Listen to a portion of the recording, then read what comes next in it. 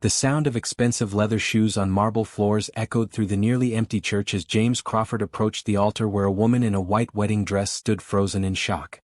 He had been driving past when he noticed the unusual scene: wedding guests streaming out of the church with confused and sympathetic expressions, leaving behind what was clearly supposed to be a bride on her wedding day. James paused in the back pew, watching as the beautiful African-American woman at the altar struggled to maintain her composure while those around her whispered urgently. Her maid of honor, a woman in a burgundy dress, looked as devastated as the bride herself. Something was very wrong here, and James found himself unable to simply walk away. "Where is he?" the bride whispered, her voice carrying clearly in the acoustics of the church. Her hands were shaking as she clutched her bouquet, and even from a distance, James could see the tears threatening to spill from her eyes. "I don't know, Sophia," the maid of honor replied, her voice breaking. "He was here this morning during the rehearsal. He seemed fine, excited even." "Sophia."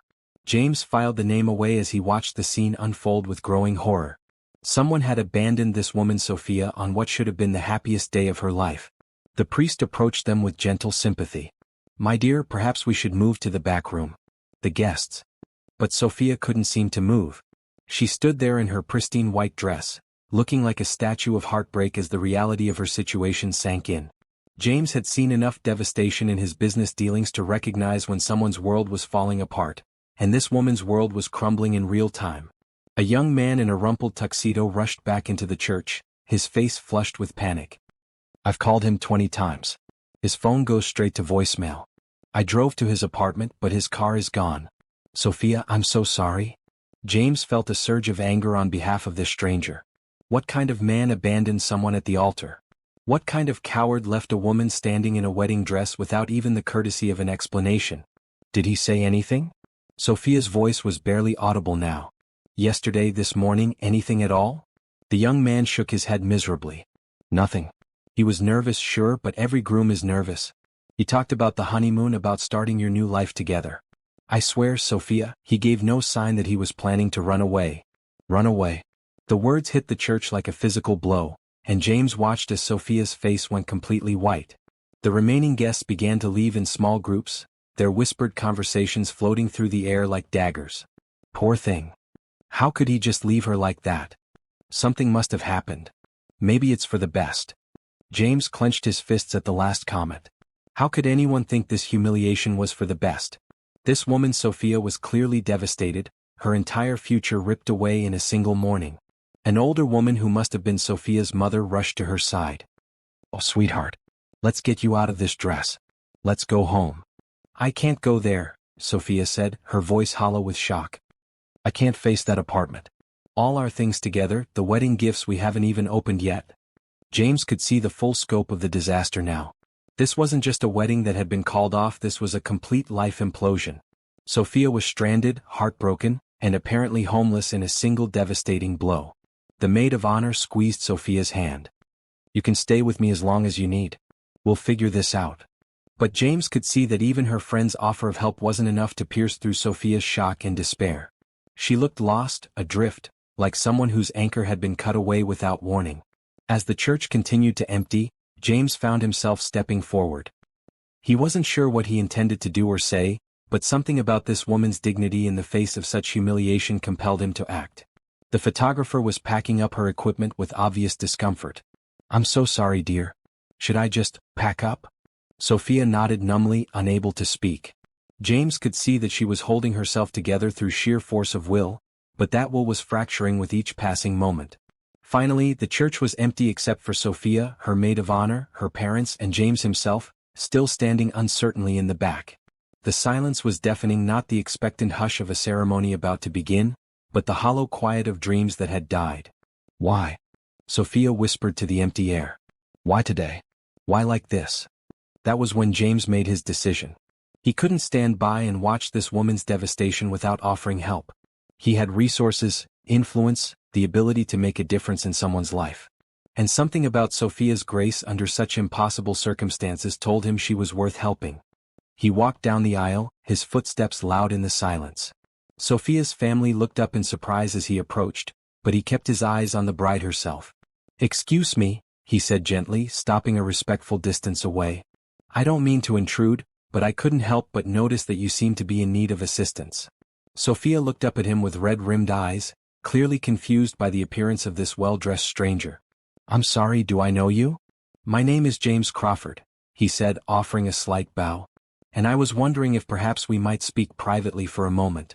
The maid of honor stepped protectively closer to Sophia. Who are you? What do you want? James could understand their suspicion, but he pressed on. I'm someone who believes that when life deals us an unexpected blow, we should look for unexpected solutions. He looked directly at Sophia. I have a proposition that might interest you. Sophia stared at him as if he had appeared from another planet. A proposition? A way for you to start over immediately with dignity and purpose, James said carefully. But first, you should know that whatever has happened here today, it's not a reflection of your worth. Any man who would abandon you at the altar is a fool who doesn't deserve you. For the first time since he had entered the church, James saw a flicker of something other than devastation in Sophia's eyes. Curiosity, perhaps, or just surprise at his unexpected appearance and words.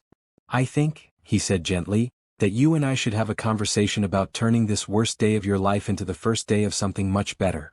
3 hours later, Sophia sat alone in the small garden behind the church. Her wedding dress was wrinkled and stained with tears, her carefully styled hair had fallen loose around her shoulders, and her makeup was streaked down her cheeks. Rebecca and her parents had begged her to come home with them, but she had insisted she needed time alone to think.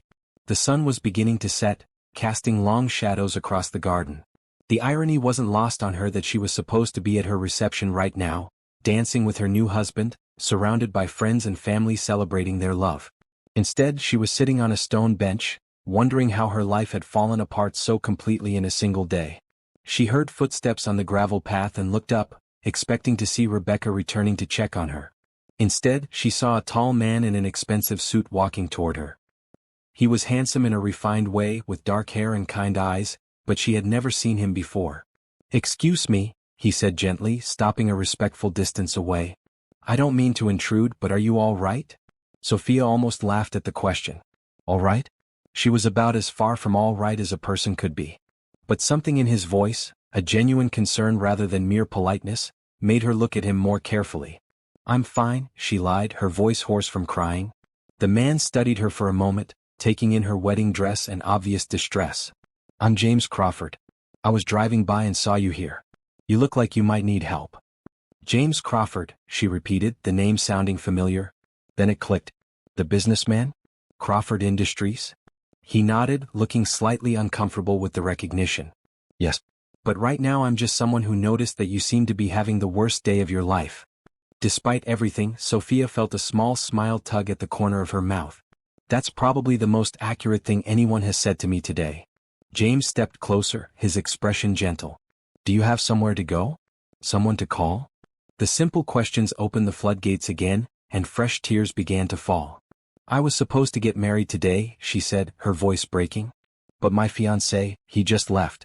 He didn't show up. I don't understand why. James's face softened with sympathy. I'm so sorry. That's unforgivable. Everyone keeps saying it's for the best, Sophia continued, the words pouring out of her.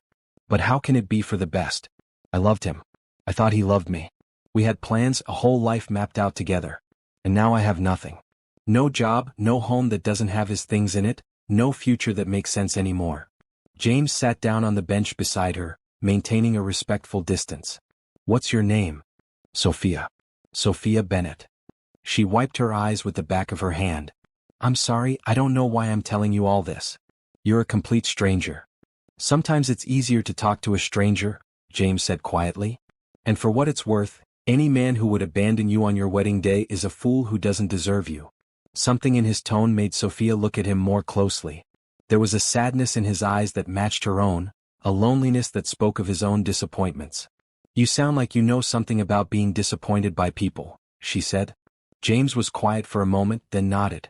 My business partner and best friend betrayed me last year. Stole clients, spread lies about me, tried to destroy everything I'd worked for. I thought I knew him, thought our friendship meant something. I was wrong. I'm sorry, Sophia said, meaning it. That must have been awful. It was. But I survived it, and you'll survive this too. James looked at her seriously. The question is, what are you going to do now? Sophia shook her head. I honestly don't know. My friend offered to let me stay with her, but she has a small apartment and 2 roommates already. My parents want me to come home, but that feels like going backward. I need to start over somehow, but I don't even know where to begin. James was quiet for several minutes, and Sophia could see him thinking something through. Finally, he turned to her with an expression she couldn't quite read. This might sound crazy, he said slowly, but I have a proposition for you. Sophia raised an eyebrow. A proposition? I need a wife, James said simply. Not for love or romance, but for business and social reasons. My company deals with a lot of traditional clients who expect their business partners to be settled, family men. Being single has started to hurt my credibility and my ability to close deals. Sophia stared at him, sure she had misheard. You're asking me to marry you? We just met. I'm asking you to consider a business arrangement, James clarified. A marriage of convenience, if you will. You need stability and a fresh start. I need a wife who can handle social situations and business entertaining. We could help each other. The suggestion was so unexpected that Sophia didn't know how to respond. Part of her wanted to laugh at the absurdity of it, but another part of her was intrigued despite herself. You don't even know me, she pointed out. I know you were left at the altar today and you're handling it with more grace than most people would, James replied. I know you're beautiful, well-spoken, and clearly capable of planning major events. Those are exactly the qualities I need in a business partner. A business partner, Sophia repeated. Not a wife in the traditional sense. Exactly. We would maintain our own lives, our own space within the arrangement. No expectations beyond what we agree to up front. James paused. It would give you time to figure out what you want to do next, without having to worry about the practical things like housing and income. Sophia looked down at her ruined wedding dress, then back at this strange man who had appeared in her darkest hour with an offer that was either completely insane or exactly what she needed. The next morning, Sophia woke up in Rebecca's cramped apartment, momentarily confused about where she was. Then the memories of the previous day came flooding back, and she felt the familiar ache in her chest. Tyler was gone. Her wedding was ruined. Her life was in shambles. But there was something else, something that had kept her awake most of the night. James Crawford's unexpected offer. She had told him she would think about it, and he had given her his business card before leaving her at the church. You're up early, Rebecca said, emerging from the tiny kitchen with 2 cups of coffee. How are you feeling? Like I've been hit by a truck, Sophia admitted, accepting the coffee gratefully. But also, confused. She told Rebecca about James's proposition, watching her friend's eyes grow wider with each detail. Are you completely out of your mind? Rebecca asked when Sophia finished. You can't marry a stranger, Sophia. That's not a solution, that's jumping from one problem into a potentially bigger one. But what if it's not?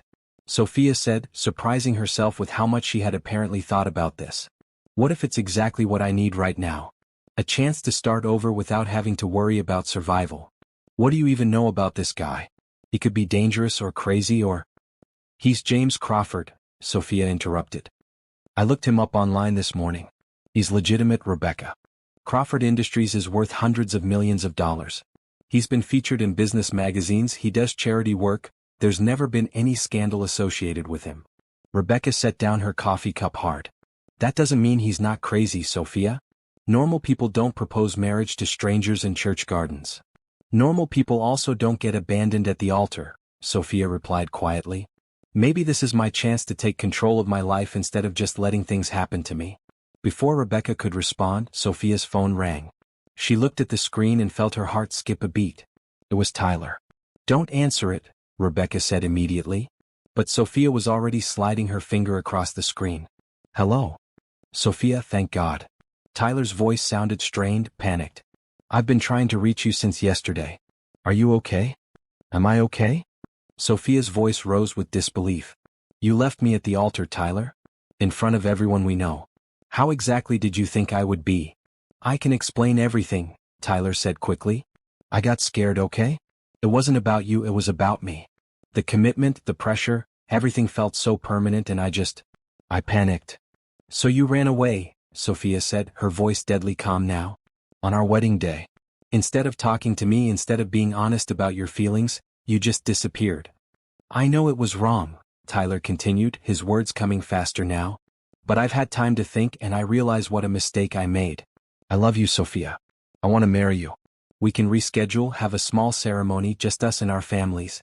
No, Sophia said, the word coming out stronger and clearer than she expected. What? I said no, Tyler. You had your chance to marry me and you chose to run instead. You don't get to come back now and pretend like nothing happened. But Sophia, I love you. If you loved me, you would have shown up yesterday, Sophia said, feeling a strange sense of power in her voice. If you loved me, you would have talked to me about your fears instead of leaving me standing there like a fool. She hung up before Tyler could respond, her hands shaking slightly. Rebecca was staring at her with a mixture of pride and concern. Good for you, Rebecca said softly. He doesn't deserve you. Sophia looked at James Crawford's business card, still sitting on the coffee table where she had left it the night before. I'm going to call him, she said. Sophia. I'm going to hear him out properly, Sophia continued. If I'm going to make a decision this big, I need to understand exactly what I'm agreeing to. An hour later, Sophia sat across from James Crawford in his downtown office. In the bright light of day he was even more handsome than she remembered, but there was also something solid and dependable about him that she found reassuring. I'm glad you called, James said, offering her tea or coffee. I wasn't sure if you would. I almost didn't, Sophia admitted. My friend thinks I'm crazy for even considering this.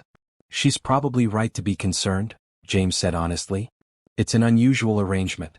But I think it could work for both of us if we set clear boundaries and expectations. What exactly would you expect from me? Sophia asked. James leaned back in his chair, his expression businesslike but kind. I attend a lot of business dinners, charity events, and social functions. I need someone who can handle those situations with grace and intelligence. You would be my wife in public, but we would maintain separate private lives. Separate bedrooms? Sophia asked, feeling her cheeks flush slightly. Absolutely. This would be a marriage of convenience, not a romantic relationship. We would be partners, friends hopefully, but nothing more unless we both decided otherwise. And how long would this arrangement last? We could start with a year, James suggested. That would give you time to get back on your feet, figure out what you want to do with your life. If it's working for both of us after a year, we could extend it. Sophia considered this. What about money? I can't contribute financially. You wouldn't need to, James interrupted. I would provide for all your needs: housing, clothing, anything you require. In return, you would fulfill the social obligations that come with being my wife. This feels very one-sided, Sophia said. What do you really get out of this? James was quiet for a moment, then smiled sadly. Honestly? Companionship. My life has become very lonely, Sophia. I work constantly, I don't trust easily anymore after what happened with my former partner, and I don't have time for traditional dating. This arrangement would give us both what we need without the complications of romance. There was something in his voice that touched Sophia's heart. Here was a successful, handsome man who seemed to have everything, but who was just as lonely as she was. If I agreed to this, she said slowly, when would we do it? As soon as possible, James replied. A small, private ceremony. Nothing like the wedding you planned before. I understand that would be too painful. Just a legal formality. Sophia thought about Tyler's phone call that morning, about his assumption that she would just take him back after what he had done.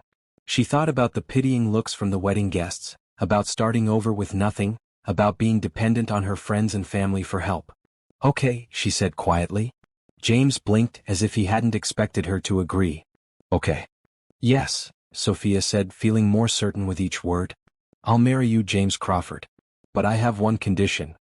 What's that? If either of us falls in love with someone else or wants out of the arrangement for any reason, we end it cleanly and honestly. No running away, no disappearing. We talk to each other. James smiled, and Sophia realized it was the first genuine smile she had seen from him. I think I can promise you that. 2 weeks later, Sophia stood in the foyer of James Crawford's mansion, trying not to feel overwhelmed by the sheer size and elegance of what was now supposed to be her home. The wedding had been exactly as promised: small, simple, and purely legal. Only Rebecca and James's assistant had served as witnesses at the courthouse ceremony. Your room is upstairs, second door on the right, James said, carrying her single suitcase. I hope you'll be comfortable. The room he showed her was larger than Rebecca's entire apartment, with a king-sized bed, a sitting area, and windows that overlooked a beautifully manicured garden. There was even a walk-in closet that was currently empty except for the few clothes she had managed to retrieve from the apartment she had shared with Tyler. It's beautiful, Sophia said honestly. But I feel like I'm imposing. You're not imposing, James assured her. You're fulfilling your part of our agreement. Speaking of which, we have our first test this Saturday night. What kind of test? The Hartman Foundation Charity Gala. It's one of the biggest social events of the year, and several of my most important clients will be there. James looked slightly apologetic. I know it's asking a lot for your first public appearance as my wife, but it's fine, Sophia interrupted. That's why I'm here, right? Over the next few days, Sophia tried to settle into her new life. The house was beautiful but felt enormous and empty. James left early for work each morning and often didn't return until well into the evening. When they did see each other, their conversations were polite but careful, both of them still trying to figure out the boundaries of their unusual relationship. On Thursday, James surprised her by coming home early with shopping bags. I hope you don't mind, he said, looking slightly embarrassed. I bought you a dress for Saturday night. I wasn't sure about the size, but I can return it if it doesn't fit. Sophia opened the bag to find an elegant midnight blue gown that was exactly her size. The style was sophisticated but not too revealing, and the color would complement her skin tone perfectly. How did you know my size? She asked. James's cheeks reddened slightly. I may have asked Rebecca. I hope that's okay. The thoughtfulness of the gesture touched Sophia more than she expected. It's perfect. Thank you. Saturday evening arrived faster than Sophia had anticipated. She spent an hour getting ready, styling her hair and applying makeup with more care than she had taken with anything since her abandoned wedding day. When she looked in the mirror, she saw a woman who appeared confident and elegant, even if she didn't feel that way inside. James was waiting for her at the bottom of the stairs, wearing a perfectly tailored tuxedo. When he saw her, his expression changed to something that looked almost like surprise. You look stunning, he said quietly. Thank you, Sophia replied, smoothing her dress nervously. You clean up pretty well yourself. In the car on the way to the gala, James briefed her on the key people they would be meeting. The Hartmans are old money, very traditional. Mrs. Hartman especially values family and stability in the people she does business with. Richard Torres is there. He's considering a major contract with my company, but he's been hesitant because he thinks I'm not settled enough. No pressure at all, Sophia said dryly, and was pleased when James laughed. Just be yourself, he said. That's all I need. The gala was held at the city's most exclusive hotel, with hundreds of elegantly dressed guests mingling in a ballroom that sparkled with crystal chandeliers. Sophia felt a moment of panic as they entered, wondering if she was really ready for this. Then James offered her his arm, and something about his steady presence calmed her nerves. Mr. Crawford. A distinguished older woman approached them, her eyes bright with curiosity. How wonderful to see you. And this must be your wife. Mrs. Hartman, I'd like you to meet Sophia, James said smoothly. Sophia, this is Eleanor Hartman. It's such a pleasure to meet you, Sophia said, extending her hand with a smile she hoped looked genuine. The pleasure is mine, dear, Mrs. Hartman replied, studying Sophia with sharp but kind eyes. James has been so secretive about his personal life. Tell me, how did you two meet? Sophia felt a moment of panic. They hadn't discussed their cover story in detail. But James stepped in smoothly. We met during a difficult time in Sophia's life, he said, his voice warm. I was immediately struck by her strength and grace under pressure. It wasn't technically a lie, Sophia realized. And something about the way James said it, with genuine admiration in his voice, made her feel a little less like she was playing a role. The evening progressed better than Sophia had dared to hope. She found that the social skills she had developed in her previous job served her well in making conversation with James's business associates and their wives. She was genuinely interested in hearing about the charity work many of them were involved in, and several people complimented James on his choice of wife. You're a natural at this, James murmured during a quiet moment as they watched couples dancing. I'm just being polite, Sophia replied. But thank you. Everyone has been very welcoming. Richard Torres seems particularly impressed, James noted, nodding toward a man who had spent a significant portion of the evening talking with them. I think this contract might actually happen. As if summoned by their conversation, Torres approached them again. James, Sophia, I hope you're enjoying the evening, he said warmly. I wanted to tell you both how refreshing it is to meet a couple who clearly brings out the best in each other. Sophia felt a flutter of something, pride, maybe, or satisfaction at playing her role well. Sophia keeps me grounded, James said, and again, there was something in his voice that sounded genuine rather than rehearsed. Later, as they drove home in comfortable silence, Sophia reflected on the evening. She had expected to feel like a fraud, pretending to be something she wasn't. Instead, she had felt useful, needed, even appreciated. "Thank you," James said as they pulled into his driveway. "You were perfect tonight." "It wasn't as hard as I thought it would be," Sophia admitted. "Your colleagues are nice people." "They are. And they clearly adore you."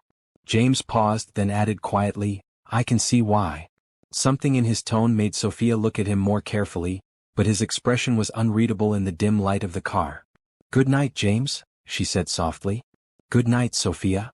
As she got ready for bed that night, Sophia found herself thinking about the evening with a sense of accomplishment she hadn't felt in weeks. For the first time since Tyler had abandoned her, she felt like she had value, like she was contributing something meaningful to someone's life. It was a good feeling. Maybe this arrangement would work out better than either of them had expected. 3 weeks into their marriage, Sophia woke up feeling terrible. Her head was pounding, her throat was raw, and every muscle in her body ached. She had caught some kind of flu bug and it was hitting her hard. She managed to drag herself downstairs to make coffee, hoping the caffeine would help, but even the smell made her feel nauseous. James found her sitting at the kitchen island with her head in her hands. "Are you all right?" he asked, his voice immediately filled with concern. "Just a little under the weather," Sophia said, though her voice came out as barely a whisper. "I'll be fine." James studied her face, taking in her pale complexion and the way she was clearly struggling to stay upright. "You look awful." "No offense." "None taken," Sophia croaked. "I feel awful." "Have you taken your temperature?" James asked, already moving toward the kitchen cabinet where he apparently kept a thermometer. "It's just a cold," Sophia protested weakly, but she allowed him to check her temperature anyway. 102.3, James read from the digital display, his frown deepening. "That's not just a cold, Sophia. You need to be in bed." "I can take care of myself," Sophia said, though the effort of speaking was exhausting. "I'm sure you can," James replied gently, "but you don't have to." Before Sophia could protest further, James had scooped her up in his arms and was carrying her back upstairs to her room. Under normal circumstances, she would have been mortified by the intimate gesture, but she felt too sick to care. He settled her back into bed and pulled the covers up to her chin. "I'm calling my doctor," he said. "That's not necessary." "Sophia, you have a high fever and you can barely speak." "It's necessary." James's tone was firm but kind. "Dr. Mitchell makes house calls. She'll be here within the hour." True to his word, Dr. Mitchell arrived shortly after and confirmed that Sophia had contracted a particularly nasty strain of the flu. She prescribed rest, fluids, and medication for the fever and body aches. "She'll need someone to check on her regularly," Dr. Mitchell told James as they stood outside Sophia's room. "The fever needs to be monitored, and she should be encouraged to drink fluids even if she doesn't feel like it." "I'll take care of her," James said without hesitation. After the doctor left, James returned to Sophia's room with a glass of water and the prescribed medication. "The doctor said you need to take these every 4 hours," he said, helping her sit up enough to swallow the pills. "You don't have to babysit me," Sophia said weakly. "Don't you have to work?" "Work can wait," James replied, adjusting her pillows. "You're my wife, Sophia. Taking care of you when you're sick isn't babysitting, it's what husbands do." The word wife sent a strange flutter through Sophia's chest, though she attributed it to the fever. This was supposed to be a business arrangement, but James was treating her like she was someone he actually cared about. Throughout the day, James checked on her every few hours, bringing her water, soup, and fresh fruit. He took her temperature regularly and made sure she was taking her medication on schedule. When she complained that she was too hot, he brought her a cool cloth for her forehead. When she got chills, he added an extra blanket. "You're going to get sick too," Sophia warned him during one of his visits. "I have an excellent immune system," James replied with a small smile. "Besides, someone needs to make sure you eat something." He had brought her homemade chicken soup from a local restaurant, and though Sophia protested that she wasn't hungry, James patiently encouraged her to have at least a few spoonfuls. "This is really good," she admitted after taking a small taste. "It's from that little place on 5th Street, James said. "My mother used to take me there when I was sick as a child." It was the first time James had mentioned his family, and Sophia found herself curious despite her illness. "Are your parents still alive?" James's expression grew sad. "My mother passed away 5 years ago. Cancer. My father died when I was in college." "I'm sorry," Sophia said sincerely. "That must have been very difficult." "It was. Especially my mother. She was the one person I could always count on no matter what." James paused, then added quietly, "She would have liked you." The comment surprised Sophia both because of its intimacy and because James seemed to mean it genuinely. By the second day Sophia's fever had broken, but she was still weak and exhausted. James continued to check on her regularly, even working from home so he wouldn't have to leave her alone. "You really don't have to do this," Sophia said as he brought her fresh orange juice and toast. "I'm feeling much better." "You're still recovering," James said firmly. "Dr. Mitchell said you need at least another day of rest." "But what about your work? I'm sure you have important meetings." "Nothing that can't be rescheduled or handled over the phone," James interrupted. "My assistant is perfectly capable of managing things for a few days." Sophia studied his face, looking for signs that he was just being polite or fulfilling some obligation. Instead, she saw genuine concern and care. "Why are you being so nice to me?" she asked quietly. James seemed surprised by the question. "What do you mean?" "This is supposed to be a business arrangement," Sophia said. "You're not getting anything out of taking care of me like this. There's no one here to impress, no social expectations to meet." James was quiet for a long moment, sitting on the edge of her bed. When he finally spoke, his voice was softer than usual. "Maybe because it's been a long time since I had someone to take care of," he said. "And maybe because you're not just a business arrangement to me anymore, Sophia. You're a person I've come to care about." The honesty in his voice made Sophia's heart skip a beat. She had been so focused on maintaining the boundaries of their agreement that she hadn't noticed how those boundaries had begun to blur. "I care about you too," she admitted quietly. James smiled and it was warm and genuine. "Good. That makes this whole arrangement a lot more pleasant for both of us." On the third day, Sophia finally felt well enough to get dressed and come downstairs. She found James in his home office working at his computer, but he immediately stopped what he was doing when he saw her. "How are you feeling?" he asked, standing up to study her face. "Much better. Human again finally." Sophia smiled. "Thank you, James. For everything. I know taking care of a sick fake wife wasn't part of our deal." "There was nothing fake about it," James said seriously. "You were sick, you needed help, and I was glad I could provide it." Something in his tone made Sophia look at him more carefully. There was an intensity in his eyes that she hadn't seen before, a warmth that made her suddenly very aware of how close they were standing. "I should let you get back to work," she said, though she made no move to leave. "Actually," James said, "I was thinking of calling it a day. Would you like to have dinner together? Really together this time, not just me bringing you soup in bed." The invitation felt different from their usual polite interactions. More personal, more intimate. "I'd like that," Sophia said. That evening, they ate dinner at the small table in James's kitchen rather than the formal dining room they had used the few times they had eaten together before. The conversation flowed more easily than it ever had, ranging from books they had read to places they wanted to travel. "I always wanted to see Ireland," Sophia said as they finished their meal. "My grandmother was Irish and she used to tell me stories about the countryside there." "It's beautiful," James said. "I went there on business a few years ago and extended my trip just to see more of the country. The landscapes are incredible." "You'll have to tell me about it sometime," Sophia said. "I'd be happy to," James replied, and something in his voice suggested he meant more than just telling her about Ireland. As they cleaned up the dishes together, Sophia found herself thinking about how natural this felt. How easy it was to talk to James, how comfortable she felt in his presence. The loneliness that had consumed her since Tyler's abandonment seemed to have faded without her even noticing. "Thank you again," she said as they finished. "For taking care of me, I mean. It's been a long time since anyone has done that." "What about Tyler?" James asked, then immediately looked like he regretted the question. "I'm sorry, that's none of my business." "It's okay," Sophia said, surprising herself. "And to answer your question, Tyler was never very good at taking care of people when they were sick. He usually found reasons to stay away until I was better." James frowned. "That's not very supportive." "No, it wasn't," Sophia agreed. "I guess I just accepted it as part of who he was. But now, well, now I know what it feels like to have someone actually take care of me." "You deserve to be taken care of, Sophia," James said quietly. "You deserve someone who will be there for you when you need them." The sincerity in his voice brought tears to Sophia's eyes. "So do you," she said softly. They stood there for a moment, looking at each other, and Sophia felt something shift between them.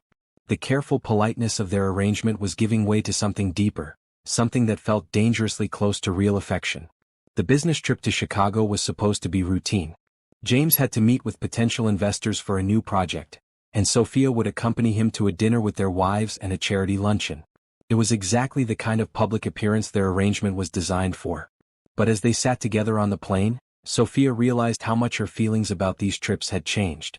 What had once felt like playing a role now felt natural, comfortable even. "Tell me about this project you're pitching," she said as James reviewed his presentation notes. "It's a sustainable energy initiative," James explained, his eyes lighting up with enthusiasm. "We want to retrofit older office buildings with solar panels and more efficient heating and cooling systems. It's good for the environment and it saves money in the long run." Sophia found herself genuinely interested in his work in a way she never had been with Tyler's job. "That sounds amazing. Is there much interest in that kind of thing?" "More than you might think," James said. "Businesses are starting to realize that being environmentally responsible is also financially smart. The challenge is the upfront investment." "Hence the investors you're meeting with," Sophia said. "Exactly." James smiled at her. "You pick things up quickly." "I used to work in marketing," Sophia reminded him. "I understand business presentations." "That's right. What kind of marketing did you do?"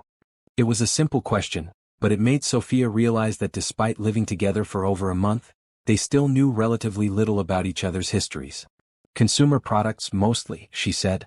"I worked for a firm that handled everything from household cleaners to luxury cosmetics. It was interesting work, but I left when Tyler and I got engaged. He thought it would be better if I focused on planning the wedding and getting ready for our new life together." James frowned. "You gave up your career for him?" "It seemed like the right thing to do at the time," Sophia said, though she could hear the doubt in her own voice. "Tyler made enough money to support both of us, and he said he wanted to take care of me." "But you enjoyed your work?" "I loved it," Sophia admitted. "I was good at it too. I had ideas for campaigns that really worked, and I was being considered for a promotion before I left." "Do you miss it?" The question caught Sophia off guard. She had been so focused on the immediate crisis of Tyler's abandonment and her new arrangement with James that she hadn't really thought about her career. "Yes," she said slowly. "I think I do miss it." "You should consider going back to it," James said. "Once you've figured out what you want to do with your life, I mean. Our arrangement doesn't have to control every aspect of your life," James interrupted gently. "If you want to work, you should work. We can figure out how to balance it with the social obligations." The conversation stayed with Sophia throughout the trip. In Chicago, she found herself paying more attention to the business discussions, asking thoughtful questions about James's projects, and offering insights that seemed to genuinely interest him. At the investor dinner, she was seated next to Margaret Chin, the wife of one of the potential investors. Margaret was a lawyer who had built her own successful practice, and Sophia found their conversation fascinating. "I love what your husband is proposing," Margaret said over dessert. "It's exactly the kind of forward-thinking project we need more of. And you seem to understand the business side of it quite well." "Thank you," Sophia said. "I find it genuinely interesting." "Have you ever considered working in the environmental sector?" Margaret asked. "There's a real need for people who understand both the business and marketing sides of green initiatives." After dinner, as they walked back to their hotel, James was unusually quiet. "The meeting went well, don't you think?" Sophia asked. "Very well," James agreed. "I think they're going to fund the project." "That's wonderful. You should be celebrating." James stopped walking and turned to look at her. "I keep thinking about what Margaret Chin said to you about working in environmental marketing." "All that. She was just being polite." "No, she wasn't," James said seriously. "She was right. You do understand the business side of things and you ask the right questions. You'd be good at that kind of work." Something in his tone made Sophia study his face more carefully. "Is that a problem?" "The opposite," James said. "I was impressed by how engaged you were tonight. And I was thinking, well, wondering if you might be interested in working with me." "With you?" "For Crawford Industries. We're expanding into the environmental sector, and we'll need someone who understands marketing and can help us communicate our message effectively." James paused. "It would be a real job, Sophia. Not just part of our arrangement. You'd be hired on your own merits." The offer was so unexpected that Sophia didn't know how to respond. "You want to hire me?" "I want to offer you the opportunity to interview for a position," James clarified. "If you're interested, if you think it's something you'd want to do." They had reached their hotel, and they stood in the lobby for a moment, other guests flowing around them as Sophia processed what James was suggesting. "That would be complicated," she said finally. "Working together and being married, even if it's just an arrangement." "It might be," James agreed. "But it might also be exactly what we both need." That night, Sophia lay in her hotel bed thinking about James's offer. The idea of getting back into marketing excited her more than she had expected. And the chance to work on projects that actually mattered, that could make a difference in the world, was incredibly appealing. But there was something else, something she was only beginning to admit to herself. The thought of working closely with James, of spending even more time with him, didn't feel like a complication. It felt like an opportunity. The next morning at breakfast, James seemed nervous, which was unusual for him. "Have you thought about what I said last night?" he asked as they waited for their flight. "I have," Sophia said. "And I'd like to know more about the position." James's face lit up with relief and something that looked like genuine excitement. "Really? Really? But I have one condition." "What's that?"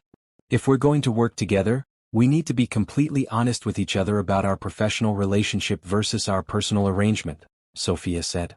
"I don't want there to be any confusion about what I've earned versus what I've been given."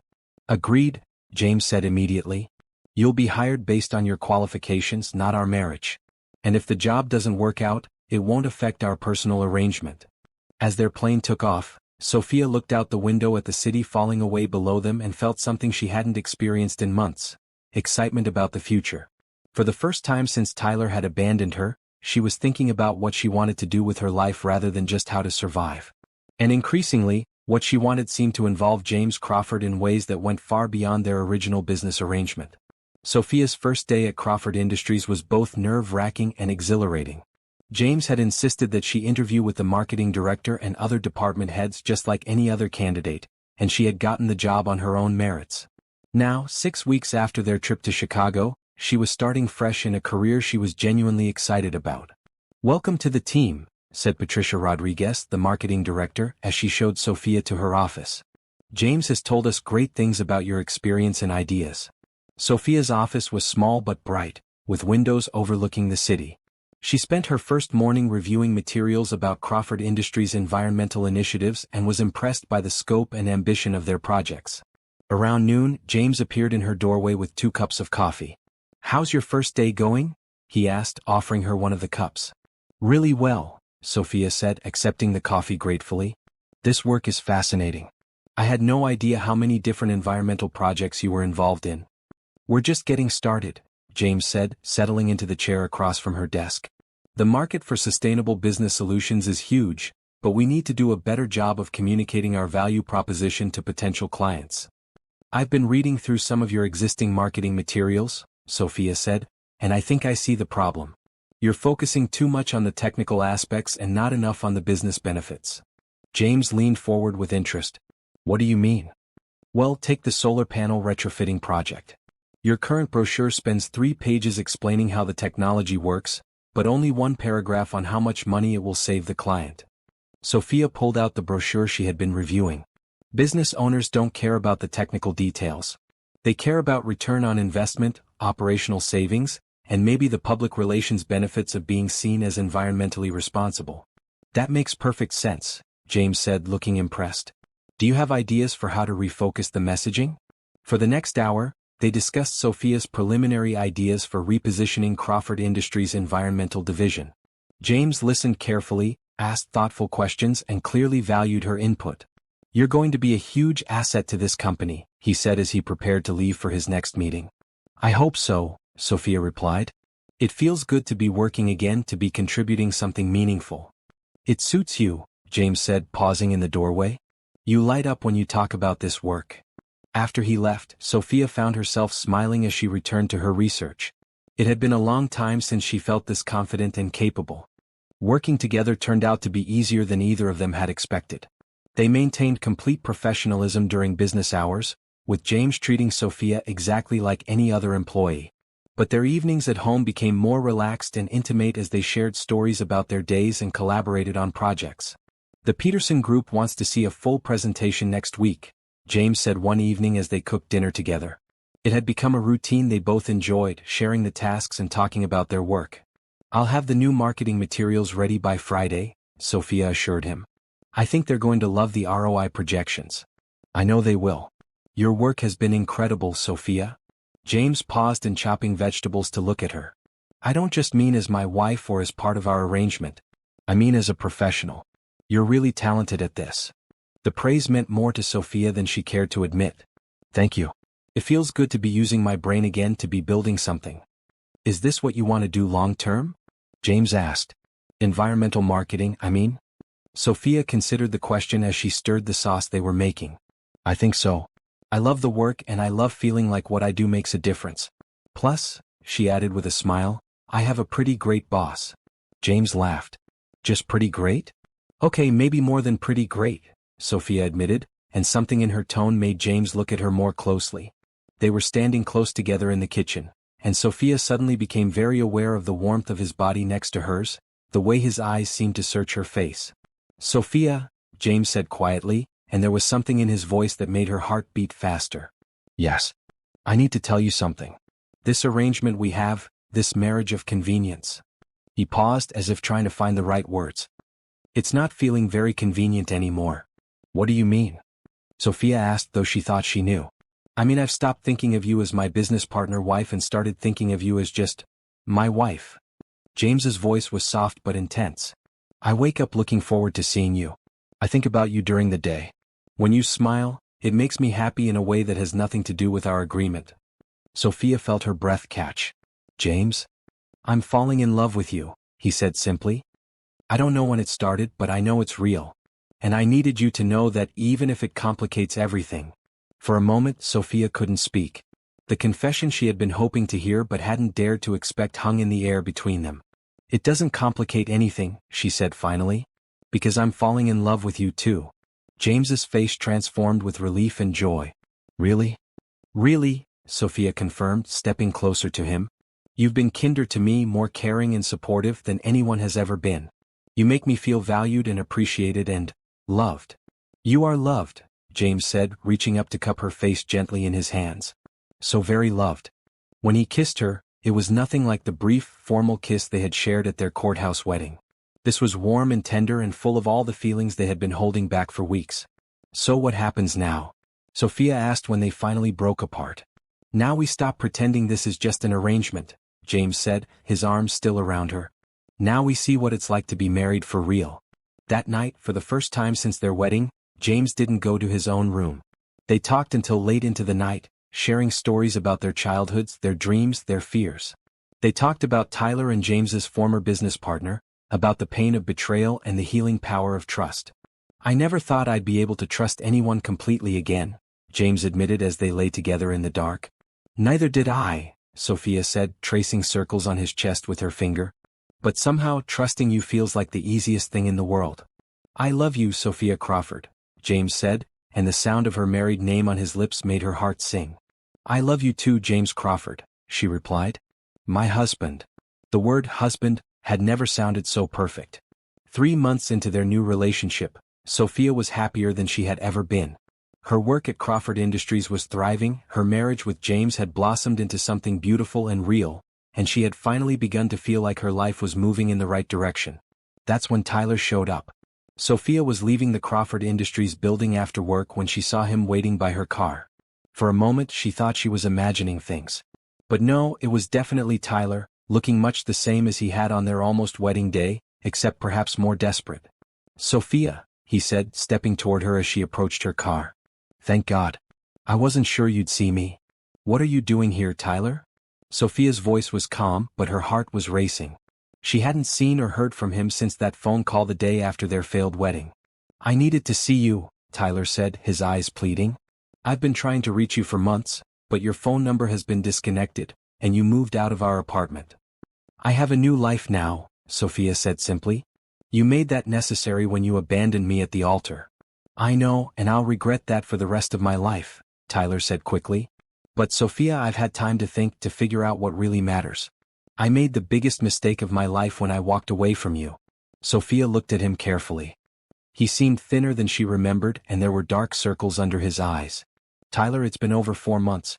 You can't just show up and expect. I know it's been a long time, Tyler interrupted. But I needed to understand why I ran, needed to work through my commitment issues. I've been seeing a therapist, Sophia. I've been working on myself. Despite everything, Sophia felt a flicker of the old compassion she had once felt for Tyler. I'm glad you're getting help. But that doesn't change what happened. I know I hurt you, Tyler continued, moving closer. I know I destroyed your trust and humiliated you in front of everyone we know. But I love you, Sophia. I've always loved you and I'm ready to prove it now. Tyler. I know you probably hate me, he said desperately. But I also know you loved me once. Real love doesn't just disappear, does it? We had 3 years together, Sophia. 3 good years. That has to count for something. Sophia felt a confusing mix of emotions. Anger at Tyler for what he had put her through, sadness for the relationship they had lost, and something else. Relief, maybe, that she felt none of the devastating heartbreak she might have expected to feel seeing him again. You're right, she said quietly. I did love you. But Tyler, that was 4 months ago. A lot has changed since then. What do you mean? Tyler asked, and for the first time, he seemed to notice her professional attire, the confidence in her posture, the way she carried herself differently than she had when they were together. I mean, I have a new life now. A job I love, a purpose, a future that makes me happy. That's great, Tyler said, though he looked confused. But that doesn't mean we can't have a future together too. I've changed, Sophia. I'm ready for commitment now, ready for marriage and everything that comes with it. Sophia took a deep breath. Tyler, I'm already married. The words hit Tyler like a physical blow. He actually stepped backward, his face going pale. What? I got married 3 months ago, Sophia said gently but firmly. To who? Tyler's voice was barely a whisper. To a man who was there for me when I needed someone most, Sophia said. A man who has never given me reason to doubt his commitment or his love. Tyler stared at her in shock. But we were supposed to get married. You and I, we were supposed to spend our lives together. We were supposed to do a lot of things, Sophia agreed. But you chose to walk away from all of that. I made a mistake. Tyler's voice rose with desperation. People make mistakes, Sophia. That doesn't mean our entire relationship meant nothing. You're right, Sophia said. Our relationship did mean something. It taught me what I don't want in a partner. It taught me the difference between someone who says they love you and someone who actually shows it every day. Tyler's eyes filled with tears. Please, Sophia. Don't do this. Don't throw away everything we had because I got scared one day. I'm not throwing anything away, Sophia said firmly. I'm choosing something better. I'm choosing someone who would never, ever leave me standing alone when I needed them most. Who is he? Tyler asked, his voice broken. This man you married? His name is James Crawford and he's everything you never were, Sophia said. He's reliable, supportive, and kind. He makes me feel valued and appreciated every single day. You would never abandon me, Tyler. Never. Tyler stared at her for a long moment, and Sophia could see the exact moment when he realized he had truly lost her. Do you love him? With all my heart, Sophia answered without hesitation. The certainty in her voice seemed to break something in Tyler. He sat down heavily on the hood of a nearby car, his head in his hands. I've lost you forever, haven't I? You lost me the day you walked away from our wedding, Sophia said, not unkindly. I'm sorry, Tyler. I really am. But you can't undo the choice you made. What if I hadn't run? Tyler asked desperately. What if I had married you that day? Would we have been happy? Sophia considered the question seriously. I don't know, she said honestly. Maybe for a while. But Tyler, the man who could walk away from someone he claimed to love on their wedding day? That's not the kind of man I want to spend my life with. James would never do that to me. Tyler looked up at her with red-rimmed eyes. I suppose there's nothing I can say to change your mind? Nothing, Sophia confirmed. I'm happy, Tyler. Truly happy in a way I'm not sure I ever was with you. Please don't try to take that away from me. Tyler stood up slowly, looking defeated. I suppose I should say I'm happy for you, but I can't. I'm miserable without you, Sophia. I think I always will be. I hope that's not true, Sophia said sincerely. I hope you find someone who makes you happy, someone you'll never want to run away from. There's no one like you, Tyler said sadly. You're right, Sophia agreed. And there's no one like James either. That's why we're perfect for each other. Tyler nodded slowly, finally seeming to accept that he had truly lost her. I guess this is goodbye then. I guess it is, Sophia said. Take care of yourself, Tyler. Get the help you need.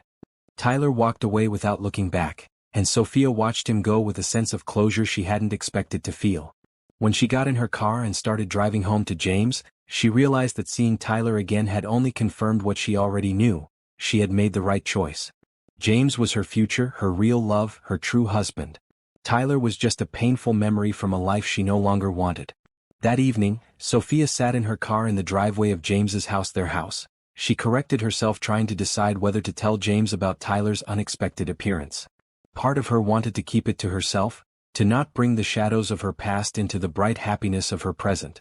But she and James had built their relationship on honesty, and she wasn't about to compromise that now. She found James in his study, working on his laptop, but he looked up with a smile the moment she appeared in the doorway. "You're late," he said, closing the laptop and standing to greet her with a kiss. "I was starting to worry." "I'm sorry," Sophia said, accepting his embrace gratefully. Something unexpected happened after work. James immediately picked up on the tension in her voice. "What kind of unexpected?" "Tyler showed up," Sophia said simply. James went very still. "Tyler? Your ex-fiancé Tyler?" "Yes." Sophia stepped back so she could see James's face. "He was waiting by my car when I left the office." "What did he want?"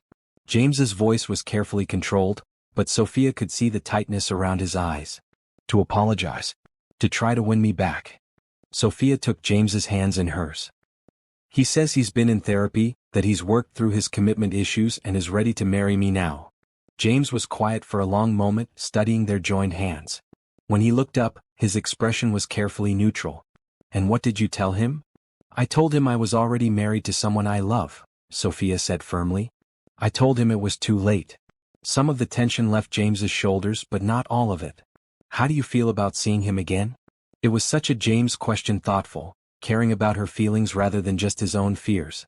"Sad, I think," Sophia said honestly. "Sad about the time we wasted, sad about the pain we caused each other. But also, relieved." "Relieved?" "Relieved that I felt nothing when I saw him," Sophia explained. "No longing, no regret, no wish that things had been different. Just nothing. It confirmed that I've completely moved on." James nodded slowly. "I have to ask, did any part of you consider his offer?" Sophia could hear the vulnerability in his voice, despite his attempt to sound casual. "James, look at me." He met her eyes and she could see the fear there, carefully hidden but unmistakable. "Tyler had 3 years to prove he was ready for commitment," she said firmly. 3 years to show me he could be trusted with my heart. Instead, he abandoned me on what should have been the happiest day of my life. You've had 4 months, and in that time, you've shown me more love, more support, more genuine care than he ever did. But you loved him once," James said quietly. "You were planning to spend your life with him." "I thought I loved him," Sophia corrected. "But I was wrong about what love really looks like. Love doesn't run away when things get scary. Love doesn't leave you standing alone when you need it most. Love is what you do, James. Every day in 1,000 small ways." James searched her face. "Are you sure? Really sure? Because if there's any part of you that thinks you might be happier with him—" "Stop," Sophia interrupted, cupping his face in her hands.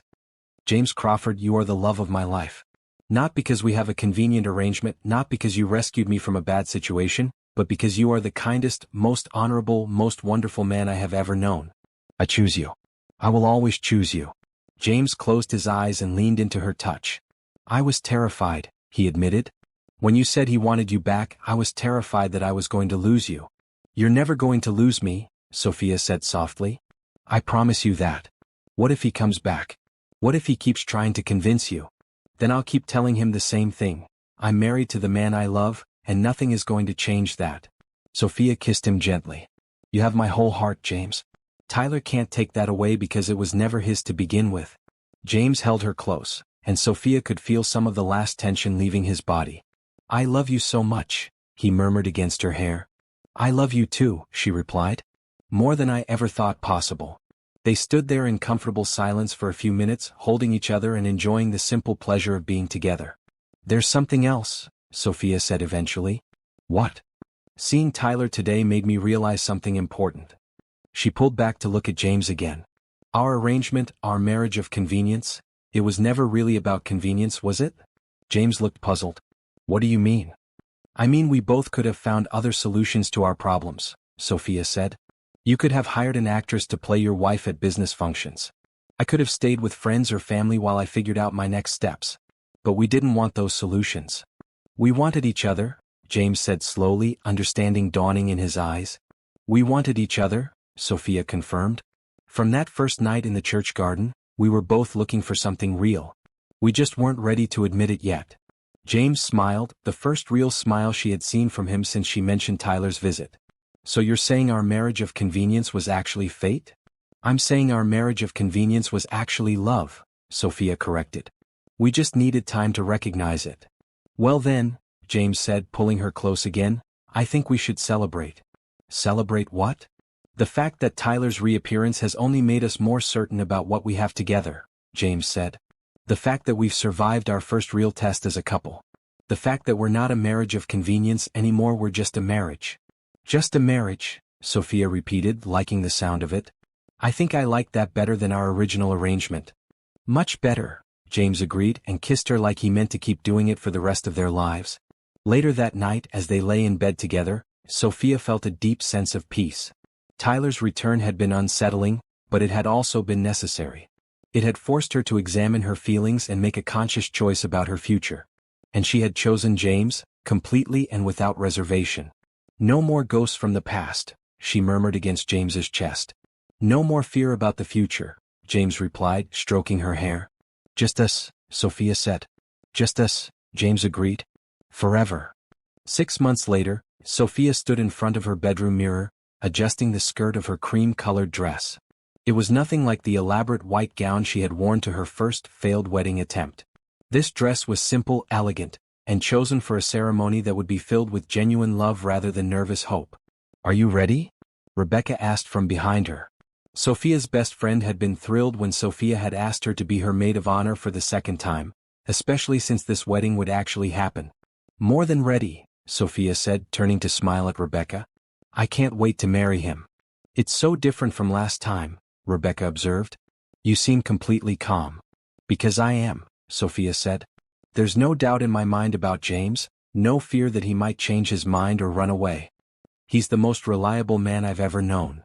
The ceremony was being held in the same church garden where James had first found Sophia on her worst day. But today the garden was decorated with white roses and soft lighting, transformed into something magical rather than melancholy. As Sophia walked down the aisle with her father, she saw James waiting for her at a simple arch covered in flowers.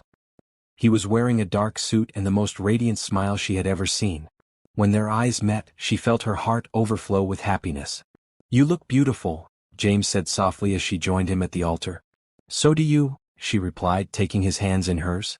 Father Martinez, the same priest who had witnessed her humiliation months before, now beamed at both of them as he began the ceremony. Dearly beloved, he said, we are gathered here today to celebrate the union of James and Sophia, two people who have found love in the most unexpected of circumstances. As the priest spoke about love, commitment, and the sacred bond of marriage, Sophia found herself thinking about the journey that had brought them to this moment. The pain of Tyler's abandonment, the practical arrangement that had brought her and James together, the slow growth of friendship into love, and the certainty that had come with Tyler's return, all of it had led to this perfect moment. When it came time for vows, James went first. Sophia, he said, his voice strong and clear, when I found you in this garden 8 months ago, I thought I was offering you a practical solution to a difficult problem. I had no idea that I was actually finding the missing piece of my own heart. You have brought joy, laughter, and love into my life in ways I never thought possible. You make me want to be a better man every single day. I promise to love you, support you, and stand by your side through whatever life brings us. I promise to never run away when things get difficult, and to always choose you every day for the rest of my life. Sophia felt tears of happiness streaming down her cheeks as she began her own vows. James, you saved me in every way a person can be saved. Not just from a bad situation, but from believing that I wasn't worthy of real love.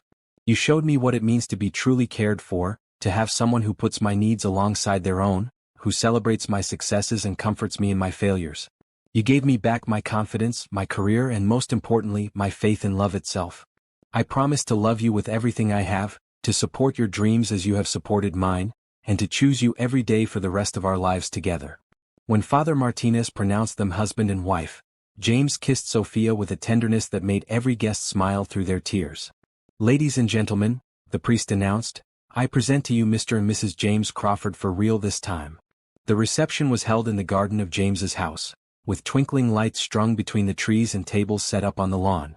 It was intimate and warm, filled with the people who had supported them both through their individual struggles and celebrated their love. During dinner, James stood to make a toast. 8 months ago, I was a lonely man who thought he had everything figured out, he began.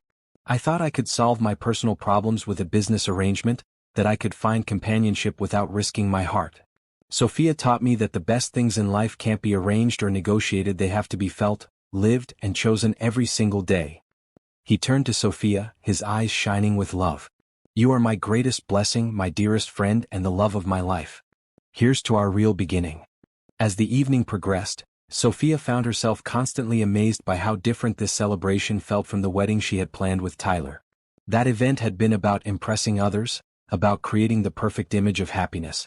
This celebration was about genuine joy, about two people who had found real love and wanted to share that happiness with the people they cared about. I have something for you, James said as they swayed together during their first dance as a properly married couple. What is it? Sophia asked. James pulled a small wrapped box from his jacket pocket. I know we already exchanged rings, but I wanted to give you something special. Sophia opened the box to find a delicate necklace with a small charm shaped like a key. It's the key to my heart, James said softly. Though you've had that for months already. It's perfect, Sophia said, turning so he could fasten it around her neck. I love it. I love you. I love you too, Mrs. Crawford, James replied, and the name sounded even more perfect than it had the first time.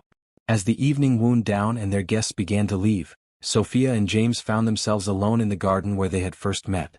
The same stone bench where she had sat in her ruined wedding dress was now surrounded by the remnants of their celebration. Do you ever wonder what would have happened if Tyler hadn't run away? James asked as they sat together on the bench. Sometimes, Sophia admitted. But I always come to the same conclusion. Which is? That if Tyler hadn't abandoned me, I never would have found you, she said simply. And that would have been a tragedy. James smiled and pulled her closer. So you're saying Tyler did us a favor? I'm saying everything happened exactly the way it was supposed to, Sophia replied. I needed to have my heart broken by someone who didn't deserve it so I could recognize real love when I found it. And I needed to admit that I was lonely and that business arrangements are no substitute for genuine connection, James added. They sat in comfortable silence for a while, watching the last of the cleanup from their wedding reception and thinking about the future they would build together. So what happens now? Sophia asked, echoing the question she had asked on the night they first kissed. Now we live happily ever after, James said simply. We build our careers together, maybe start a family someday and grow old knowing that we found exactly what we were looking for. I like that plan, Sophia said, snuggling closer to her husband. I like it very much. 6 months later, Sophia stood in the Crawford Industries conference room, presenting a marketing proposal to their biggest client yet. As she concluded her presentation, she caught James's eye across the room and saw the pride and love there that never failed to make her heart flutter. After the meeting, which had gone perfectly, James cornered her in the hallway. That was brilliant, he said, spinning her around in his arms. You're brilliant.